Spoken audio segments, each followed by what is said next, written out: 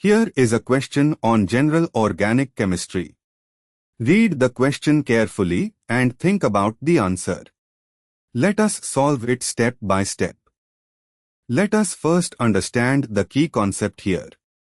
In an acid-base equilibrium, the position of equilibrium is determined by comparing the pKa values of the acid on the left, reactant acid, and the acid on the right, product acid.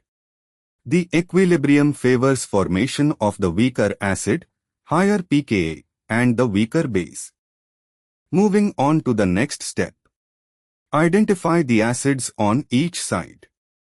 Reactant acid, H2O with pKa is equal to 15.7. Product acid, T-butanol with pKa is equal to 18. Moving on to the next step. Determine equilibrium direction.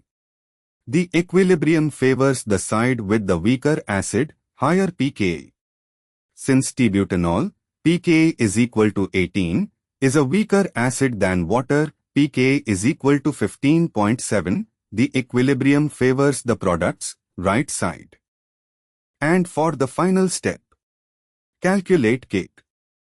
Kc is equal to 10, pKa, reactant acid, pKa, product acid, is equal to 10, 18, 15.7, is equal to 10 to 3200. Since kc 1, the equilibrium strongly favors the products. Evaluate each option. A. The equilibrium favors the products, true. As shown above, kc 1.